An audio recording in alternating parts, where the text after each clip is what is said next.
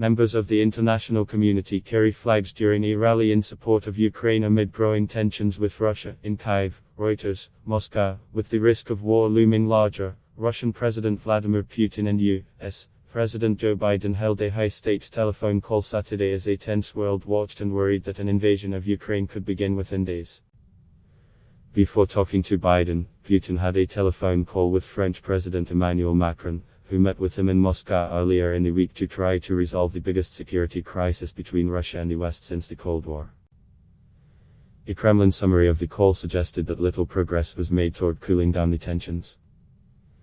The closely watched call between Biden and Putin began shortly after 11 a.m. and lasted just over an hour, according to the White House. Biden conducted the call from Camp David.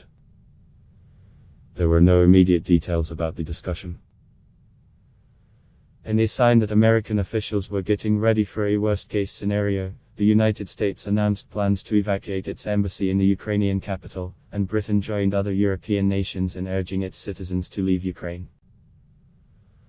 Russia has massed well over troops near the Ukraine border and has sent troops to exercises in neighboring Belarus, but denies that it intends to launch an offensive against Ukraine. The timing of any possible Russian military action remained a key question. The US picked up intelligence that Russia is looking at Wednesday as a target date, according to a US official familiar with the findings. The official, who was not authorized to speak publicly and did so only on condition of anonymity, would not say how definitive the intelligence was. The White House publicly underscored that the US does not know with certainty whether Putin is committed to invasion. However, US officials said anew that Russia's buildup of firepower near Ukraine has reached the point where it could invade on short notice. A Kremlin statement about the Putin-Macron call referred to provocative speculations about an allegedly planned Russian invasion of Ukraine. Russia has consistently denied that it plans military action against its neighbor. Putin also complained in the call that the United States and NATO have not responded satisfactorily to Russian demands that Ukraine be prohibited from joining the military alliance and that NATO pull back forces from Eastern Europe. Biden has said the US military will not enter a war in Ukraine, but he has promised severe economic sanctions against Moscow, in concert with international allies. As Secretary of State Antony Blinken said he told his Russian counterpart Saturday that further Russian aggression would be met with a resolute, massive and united transatlantic response. Meanwhile, Ukrainian President Volodymyr Zelensky tried to project calm as he observed military exercises Saturday near Crimea, the peninsula that Russia annexed from Ukraine in 2014. "We are not afraid, we are without panic, all is under control," he said. US Defense Secretary Lloyd Austin and his Russian counterpart, Sergei Shoigu, also held telephone discussions on Saturday. Troops that have been training the Ukrainian army also plan to leave the country. Germany, the Netherlands and Italy called on their citizens to leave as soon as possible. A State Department travel advisory on Saturday said most American staff at the Kyiv embassy have been ordered to leave and other US citizens should depart the country as well.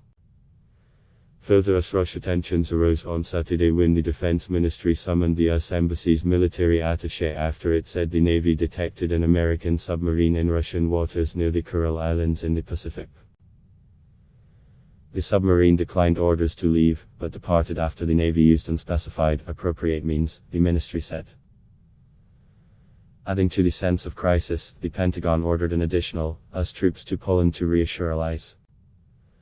Biden's national security advisor, Jake Sullivan, said Americans in Ukraine should not expect the US military to rescue them in the event that air and rail transportation is severed after a Russian invasion. Several NATO allies, including Britain, Canada, Norway and Denmark, also asked their citizens to leave Ukraine, as did non-NATO ally New Zealand. Sullivan said Russian military action could start with missile and air attacks, followed by a ground offensive. Russia has all the forces it needs to conduct a major military action, Sullivan said, adding that Russia could choose, in very short order, to commence a major military action against Ukraine. He said the scale of such an invasion could range from a limited incursion to a strike on Kyiv, the capital. Russia scoffed at the US talk of urgency.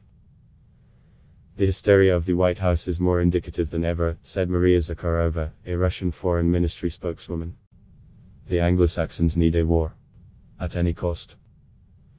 Provocations, misinformation and threats are a favorite method of solving their own problems.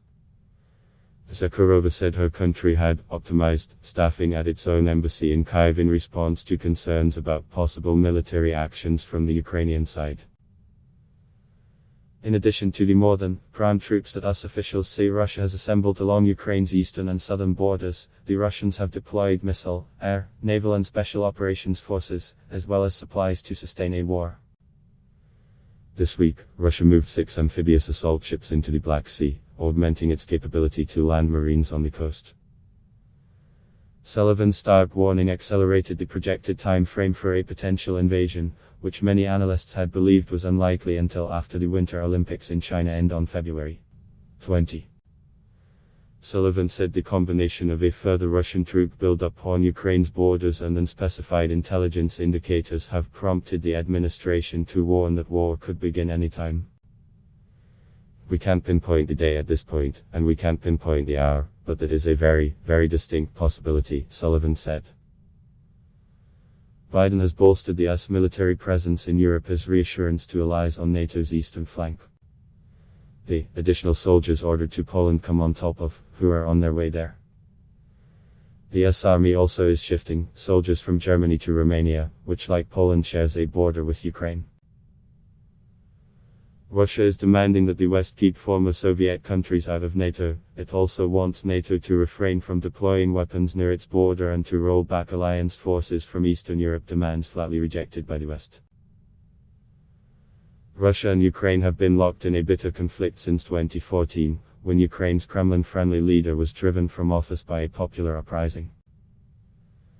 Moscow responded by annexing the Crimean Peninsula and then backing a separatist insurgency in eastern Ukraine, where fighting has killed over people. A 2015 peace deal brokered by France and Germany helped halt large-scale battles, but regular skirmishes have continued, and efforts to reach a political settlement have stalled. Facebook Blog Test, why?